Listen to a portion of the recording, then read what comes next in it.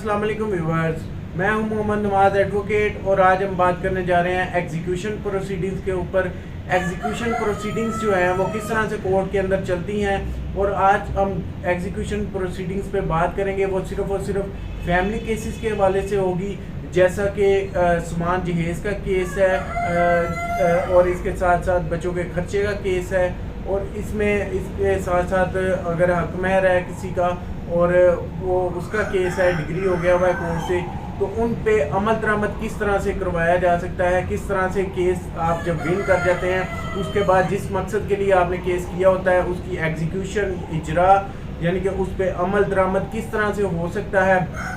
उस पर आज हम मुकम्मल तौर पे डिस्कस करेंगे। और इसमें ये आपको मुकम्मल बताएंगे कि डोरी आर्टिकल्स का केस डिग्री हो जाए तो उस पर क्या करना है, और इसके साथ साथ बच्चों की मेंटेनेंस का केस जो है वो अगर डिग्री हो जाए तो उस पर उसके बाद एग्जीक्यूशन किस तरह से करनी है। तो ये ऑल अबाउट जो भी आज फैमिली केसेस होंगे यहाँ पे, जो खुला का केस है अगर डाइवोर्स हो जाती है या कोर्ट से ली जाती है तो उस पर एग्जीक्यूशन जो है उस पर अमल दरामद जो है वो कौन करेगा और किस तरह से होगा, इन सब चीज़ों पे आज हम डिस्कस करेंगे। So let's start.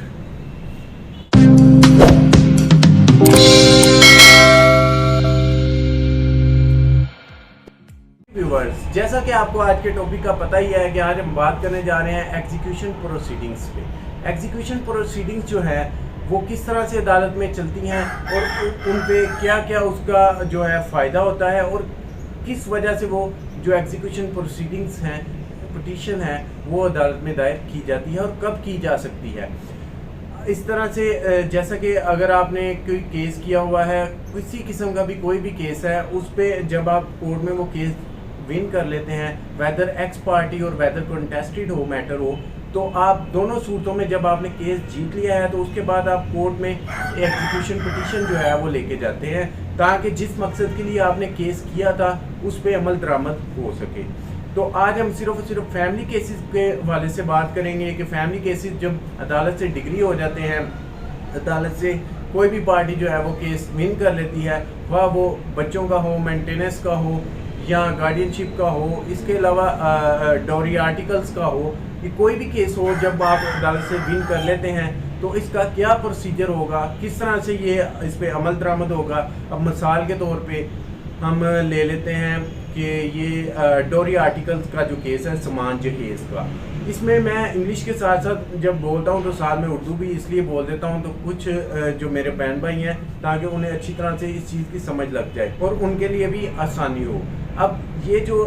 समान जहेज़ का केस है, ये अगर आप कोर्ट से इसकी डिग्री ले लेते हैं, चाहे वो एक्स पार्टी है या वो आपने उसमें कंटेस्टेड मैटर है, मतलब कि आपने उसे एकतरफा तौर पे विन किया है या दूसरी पार्टी पेश हुई और उसने भी अपना जो भी उसके मामला थे, जो भी उसने एविडेंस था वो दिया, उसके बावजूद आपने केस विन कर लिया। अब दोनों सूरतों में जब आपने केस विन कर लिया है उसके बाद अब आपको आपका समान जहेज़ चाहिए। ये मैं एक मिसाल दे रहा हूँ, इसके बाद मैं दूसरे केसेस को भी लेके उनकी मिसालें भी आपको दूँगा। तो जब आपने वो केस जो है विन कर लिया है तो आप समान जहेज़ अब आपने लेना है अपना वापस, तो उसके लिए आपको कोर्ट में ये नहीं होगा कि आपके पास डिग्री आ गई है तो आप खुद ही जाके अपना समान जहेज़ उठा सकते हैं। ये गलत तरीकाकार है। सही तरीका जो है आपको एग्जीक्यूशन पिटीशन जो है सेम कोर्ट में जहाँ से आपको ये कोर्ट की डिग्री मिली है समान जहेज़ की, वहाँ पे आप एक एग्जीक्यूशन पिटीशन लेके जाएंगे। वो एग्जीक्यूशन पिटीशन में आप जो है अपनी सारी मामलात और अपना केस की तमाम डिटेल्स, क्योंकि अदालतों के पास सैकड़ों के हिसाब से, हज़ारों के हिसाब से केसेस होते हैं, तो उन्हें फिर याद नहीं रहता, इसलिए हर कोर्ट में जब भी आप जाते हैं उस केस की मुकम्मल तफसील, जो केस आपने डिग्री करवाया हुआ है कोर्ट से, उसी कोर्ट में उसकी दोबारा मुकम्मल तफसील जो है वो आपने पेश करनी है। एक पिटीशन तैयार होगी, ओबियसली वो आपका लॉयर ही करेगा, उससे बेहतर पता है, लेकिन मैं आपकी इंफॉर्मेशन के लिए बता रहा हूँ कि आपको भी एक इसका जो है हो नो पता हो। तो इसमें फिर जब पिटीशन इसमें जाएगी तो अदालत जो है उस पिटीशन में फौरी तौर पे उसके रिकॉर्ड कीपर को, जिसे अलमत भी कहा जाता है, उसे जो है वो फाइल कोर्ट में पेश करने के लिए कहा जाएगा। जैसे ही कोर्ट में वो फाइल पेश होगी तो उसके बाद जो है वो उसके ऊपर तो आगे प्रोसीडिंग्स शुरू होंगी। उस पर जो है कोर्ट अपना एक बैलेफ अपॉइंट करेगी। अगर तो ये कंटेस्टेड मैटर हुआ तो उस पर आपको नोटिस भी जा सकते हैं और दूसरी पार्टी को। अगर एक्स पार्टी हुआ फिर भी उसे एक नोटिस जाएगा ताकि उसे एक मौका और दिया जाए, अगर वो आ सकता है तो आ जाए। तो अगर वो आता है या नहीं आता, दोनों सूरतों में जो है अगर आपके पास डिग्री है तो उसके पास एग्जीक्यूशन प्रोसीडिंग जो है वो शुरू होंगी और कोर्ट उसमें फाइनली ऑर्डर करेगी बैलेफ को कि वो जाए। अगर केस टू केस वेरी करता है, अगर केस के हालात ऐसे हैं, सिचुएशन ऐसी हो कि कोर्ट समझे कि वो मुतलका जो पुलिस स्टेशन है उसे भी ऑर्डर में जो है वो कह सकती है कि वो भी बैलेफ के साथ जाए और इनका सामान जहेज जो है वो इन्हें वापस दिलवाया जाए। और फिर सामान जहेज जो है वो कोर्ट के अपॉइंटेड करदा जो बैलेफ होगा उसकी निगरानी में आपको उठाया जाएगा, जिसकी एक लिस्ट बनाई जाएगी। सम टाइम ऐसा भी होता है इन केसेस में कि अगर वो सामान जहेज पूरा ना हो तो या मुकम्मल तौर पे ही आपको ना मिले तो उसकी भी कोर्ट ने ऑर्डर में स्पेसिफिकली बताया होता है कि इसके एवज इतना पैसा दे दिया जाए, जितने का आपका सामान होगा। सम केसेस में 50 लाख तक, 20 लाख तक, 30 लाख तक कोर्ट ने ऑर्डर किया होता है। तो फिर अगर उतना पैसा फिर वो उनसे जो है वो कोर्ट वसूल करके आपको देगी, वो उसके अलहदा मामलात है। उसमें अगर वो उनकी कोई प्रॉपर्टी है वो पैसा नहीं दे रहे, अब पहली बात है वो आके कोर्ट में अगर जमा करवा देते हैं तो ठीक है, अगर नहीं दे रहे फिर उनकी अगर कोई प्रॉपर्टी है तो वो कोर्ट जो है वो अटैच करेगी। इसमें एक अलहदा टॉपिक है, इसमें बहुत लंबी जो है वो वीडियो बन सकती है, वो आपसे बात हो सकती है और मुख्तलिफ मेरी पिछली वीडियोज़ में इसके ऊपर आपके साथ बात होती भी रही है। अब आ जाते हैं कि खुला का केस। खुला का केस में अगर आपका केस जो है वो कोर्ट से डिग्री हो जाता है, वेदर एक्स पार्टी होता है या कॉन्टेस्टेड होता है, इन दोनों सूरतों में जो है आपको उस कोर्ट से डिग्री मिल जाती है अगर, तो उसके बाद उस डिग्री पे अमल दरामद किस तरह से होगा, उस डिग्री को आपने क्या वही डिग्री आपकी डिवोर्स मानी जाएगी। तो इसमें यह है कि जब आपको डिग्री मिल जाएगी कोर्ट से, उसके बाद आपने मुतलका यूनियन कौंसिल में जाना है, जो भी आपके इलाके की हो, जहाँ पे यहाँ आपका निकाहनामा रजिस्टर हो, वहाँ पे जाके आपने खुला की डिग्री जो है वहाँ पे देनी है। तो फिर उसके ऊपर यूनियन कौंसिल जो है वो एग्जीक्यूशन करेगी, वो उसके ऊपर आपको जो है डिवोर्स सर्टिफिकेट जारी करेगी। अब इसके बाद आ जाते हैं बच्चों की मेंटेनेंस का केस। बच्चों का खर्चे का केस किया हुआ है अदालत में। जो बच्चों का बाप है, अगर तो वो खर्चा दे रहा है तो वेल एंड गुड, अगर वो खर्चा नहीं दे रहा, केस हमने डिग्री करवा लिया है अदालत से, तो फिर इसका क्या हाल है। अब केस डिग्री हो गया है लेकिन वो जो बंदा है वो केस हमारे जो है अपने बच्चों का पैसे नहीं दे रहा, तो उस केस की एग्जीक्यूशन किस तरह से होगी। उस केस की एग्जीक्यूशन इसी तरह से होगी कि उसमें भी हमें एग्जीक्यूशन पिटीशन लेके कोर्ट में जाना पड़ेगा। सेम मामला हैं जैसा मैंने टोरी आर्टिकल्स में बताया। तो उसके बाद अदालत उसमें बैलेफ पॉइंट करेगी और वो बैलेफ का काम होगा कि वो उस बंदे की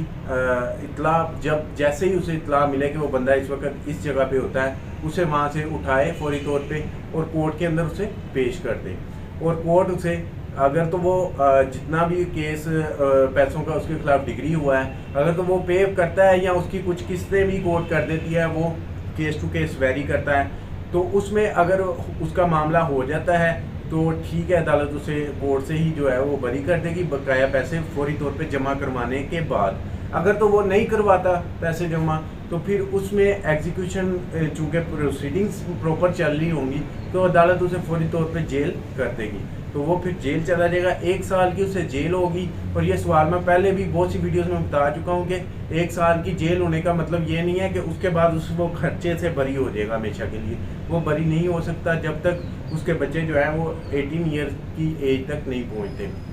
और बेटी जो है जब तक उसकी शादी नहीं होती। तो इसमें वो अगर साल की सज़ा काट के आ जाता है, कल को उसके पास कोई गाड़ी आती है, कोई प्रॉपर्टी आती है, कोई भी किसी किस्म का पैसा आता है, तो वो अगर आपके नॉलेज में आता है आप कोर्ट में बताएंगे, एक पिटीशन लेके जाएंगे, तो वो पैसा भी आपको अटैच करके बच्चों को या बच्चों की वालदा का अगर कोई पैसा रहता है खुला इद्दत वगैरह पीरियड का, या उसके अलावा भी अगर वो निकाह में है तो वो केस टू केस वेरी करता है। तो इस हिसाब से जो है वो आपको उसका पैसा जो है जो भी उसके पास आएगा वो आपको दिलवा देगी। अटैच हो जाएगी। अगर तो उसकी प्रॉपर्टी जब अटैच होती है तो उसमें कहते हैं कि प्रॉपर्टी अटैच होगी, अब हम मिलेगी कैसे हमें। तो प्रॉपर्टी में अगर तो और भी शेयर्स मौजूद हों तो फिर वो प्रॉपर्टी जो है कोर्ट जो है नीलाम कर देती है, और नीलाम करने के बाद जो है इसमें जितना भी पैसा आता है, जितना उसके बच्चों का शेयर्स बनता होगा, वो उन्हें दे दिया जाता है। एक और सवाल मुझसे बहुत पूछा जाता है कि एग्जीक्यूशन प्रोसीडिंग्स में जो है वो खर्चा आता है या नहीं आता है, या उसके क्या मामला होते हैं खर्चे के। तो ओबियसली उसमें खर्चा तो आता है, आपका जो भी लॉयर होगा उसकी एक फ़ीस होगी, उसके बाद बाकी मामला तो होंगे। और जो भी बैलेफ जब भी कोर्ट अपॉइंट करती है, ये लोकल कमीशन भी अपॉइंट करती है, इस तरह से जब भी किसी ऐसे मकसद के लिए किसी बंदे को अपॉइंट किया जाता है कोर्ट की तरफ से, तो कोर्ट उसकी एक फ़ीस जो है वो मुकर्रर करती है। जब भी बैलेफ अपॉइंट होगा तो उसकी एक फ़ीस जो है कोर्ट मुकर्रर करेगी। वो फ़ीस जो है कोर्ट अपने ऑर्डर्स में भी मेंशन कर देती है, तो वो जितनी फ़ीस होगी वो आपको पे करनी पड़ेगी। उसके बाद ही बैलेफ जो है वो एग्जीक्यूशन के लिए जाएगा। तो इसमें मज़ीद अगर आपके किसी किस्म के सवाल हों तो आप मुझसे कमेंट सेक्शन में पूछ सकते हैं। इसके साथ साथ अगर आप लाहौर से हैं